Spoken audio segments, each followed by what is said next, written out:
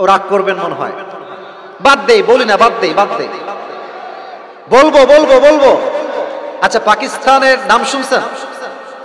এই সব মরা। পাকিস্তানের নাম শুনেছো তোমরা? অস্ট্রেলিয়ার নাম শুনেছেন আপনারা সবাই? আচ্ছা দেখেন তো এক্সাম্পলটা আপনি বোঝেন কিনা। আমি আপনাকে পাত্রী হিসেবে দুইটা অপশন দিব আজকের এই মাহফিলে।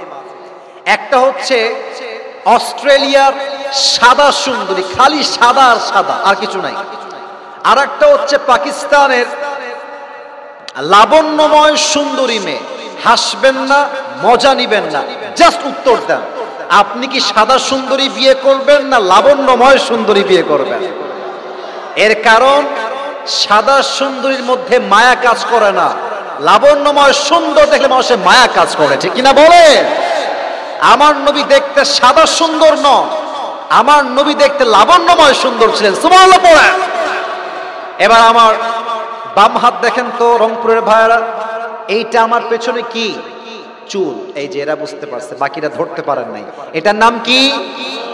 চুল। এটা ইন্টারেস্টিং হাদিস বলবো, নবীর চুলটা কেমন ছিল খেয়াল করেন। তিনটা কাটিং আমি হাদিসে পেয়েছি। এক, কানের লতি বরাবর। দুই, কানের মাঝ বরাবর। তিন, আও ইলা মানকিবাইহি, কাঁধ বরাবর। and this is called Babri cutting. এটাকে আমরা ডাকি বাবরি কাটিং বলে। আর যুবকরা আজকাল যে কাটিং দেয় এর নাম বাবরি না, এর নাম হচ্ছে ঘোড়া কাটিং। ঘোড়া কাটিং কেমন হয় একটু আমার দিকে খেয়াল করবেন সবাই। লুক অ্যাট মাই ফেস, আমাকে দেখেন সবাই, দেখবেন ঘোড়া কাটিং। ডানেও চুল নাই, বামেও চুল নাই, মাঝখানে লম্বা লম্বা সজারুর মতো খাড়া খাড়া চুল। আর আমি আমার বোনদের কাছে মাফ চাচ্ছি, এখানকার সব মেয়েরা ভালো, তবে বাংলাদেশের ৮০% মেয়েদের রুচি আজকাল নষ্ট হয়ে গিয়েছে। এদের দিনদার পছন্দ হয় না, বেশিরভাগ মেয়েদের গাঞ্জাখোর বেশি পছন্দ হয়। যুবক, আজীব একটা অবস্থা, তাই না বলো?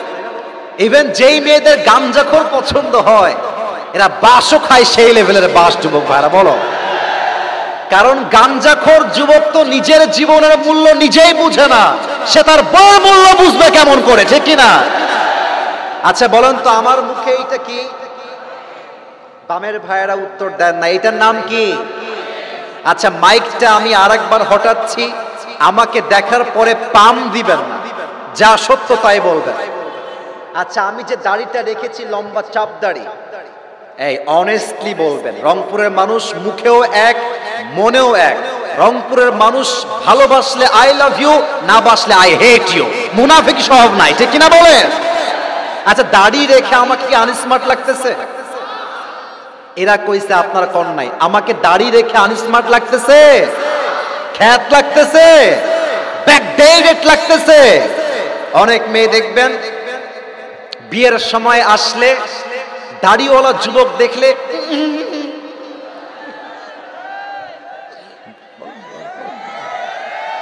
এই যে নাক ছিটকায়, বলে দাড়িওয়ালা আমার আহামরি পছন্দ হয় না।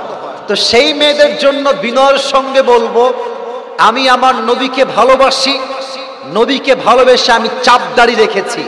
তোমার যদি দাড়িওয়ালা পছন্দ না হয়, তোমার মতো মেয়ের জন্য দাড়িওয়ালা বীর পুরুষ পারফেক্ট হবে না। তোমার মতো মেয়ের জন্য আমার পক্ষ থেকে বিটিএস এর হিজড়া ছাড়া সেকেন্ড কোন অপশন আমাদের কাছে নাই।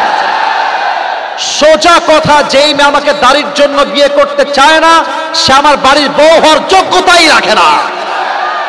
এবার বলেন তো আমার নবীর মুখে লম্বা লম্বা চাপ দাড়ি ছিল কি ছিল না?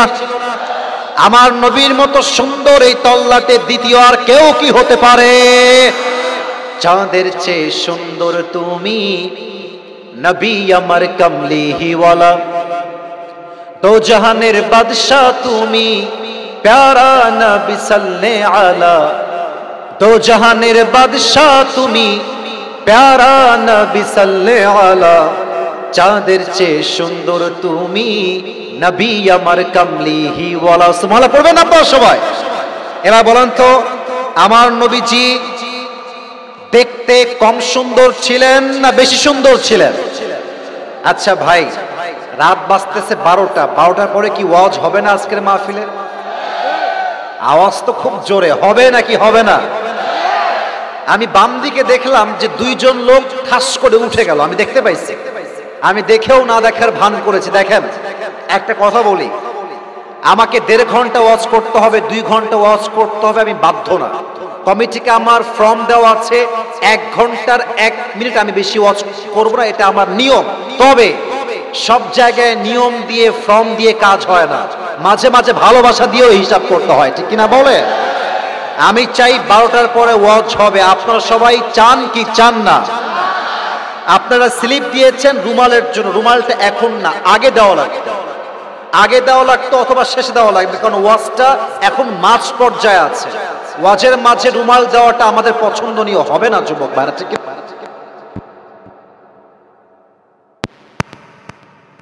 জানো? দোয়া শেষ না করে বাসায় না ফিরে যায়। বলেন সবাই ইনশাআল্লাহ। সবাই তাকবীর দেন দেখি, কাশি দেন একটা। নারে তাকবীর, নারে তাকবীর। তোমাদের যে ক্রাউড, আমার গরমে গা ঘামতেছে বারবার। আচ্ছা, 1 নাম্বার ছিল নবীর চেহারা, 2 নাম্বার নবীর স্ট্যাটাস, নবীর সম্মান।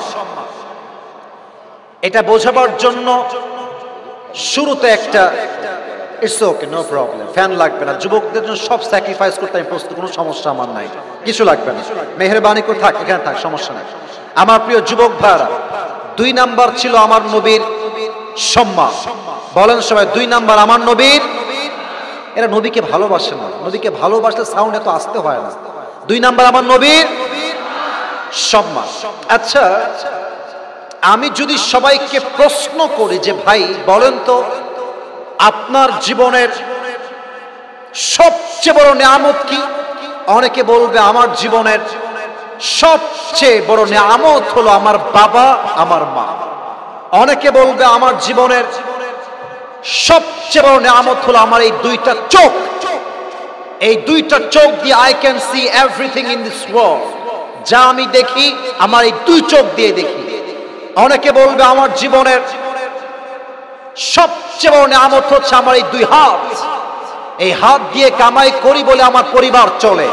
আর সত্য কথা বলতে চাই, পুরুষের পরিচয় তার চেহারা দিয়ে নয়, পুরুষের পরিচয় তার টাকার মাধ্যমে বাংলাদেশে করা হয়। আপনার চেহারা সুন্দর, হাইট ভালো, আপনার কেউ পাত্তা দিবে না। আপনার টাকা থাকলে সবাই আপনাকে স্যালুট করতে বাধ্য হবে এই সমাজে, ঠিক কিনা বলে? অনেকে বলবে আমার 2 হাত আমার জীবনের the biggest mercy in my life, এটার মতো বড় নিয়ামত আমার আর কিছুই হতে পারে না। আল্লাহ বলছে বান্দা না, তোমার এই 2 চোখ তোমার জীবনের সবচেয়ে বড় নিয়ামত নয়। তোমার বাপ, তোমার মা, তোমার বউ, তোমার স্ট্যাটাস, সম্মান, টাকা পয়সা, নারী, বাড়ি, গাড়ি, it's not a big mercy. এটা সবচেয়ে বড় নিয়ামত নয়। ও আল্লাহ, যদি এগুলো বড় নিয়ামত না হয় তবে আমার জীবনের শ্রেষ্ঠ এবং সেরা নিয়ামত কি তুমি আমাকে বলে দাও। এবার আসুন কোরআনে আমরা যাই। 4 নাম্বার পারা, 10 নাম্বার পৃষ্ঠা, সূরাতু আলে ইমরানের 164 নাম্বার আয়াত। আল্লাহ রাব্বুল আলামিন বলছেন, বান্দা শোনো শোনো, লাকাদ মান্নাল্লাহু আলাল মুমিনিনা ইয বা'আথা ফীহিম রাসূলাম মিন আনফুসিহিম ইয়াতলু আলাইহিম আয়াতিহি ওয়া ইউযাক্কিহিম ওয়া ইউআল্লিমুহুমুল কিতাবা ওয়াল হিকমা। আল্লাহ বলছেন, বান্দা তোমার জীবনের সবচেয়ে বড় নিয়ামত হলো আমি আল্লাহ তাআলা তোমাকে সর্বশেষ নবীর উম্মত করে দুনিয়াতে পাঠিয়েছি। সুবহানাল্লাহ পড়বেন না আপনারা? আচ্ছা বলেন তো, সবচেয়ে রাগী নবী কি নাম? পেছনে উত্তরটা জোরে আসছে, সামনে উত্তরটা পাই নাই। এই রংপুরের ভাইরা, আর একবার জোরে বলবেন, সবচেয়ে রাগী নবীর নাম কি? মূসা আলাইহিস সালাতু ওয়াস সালাম।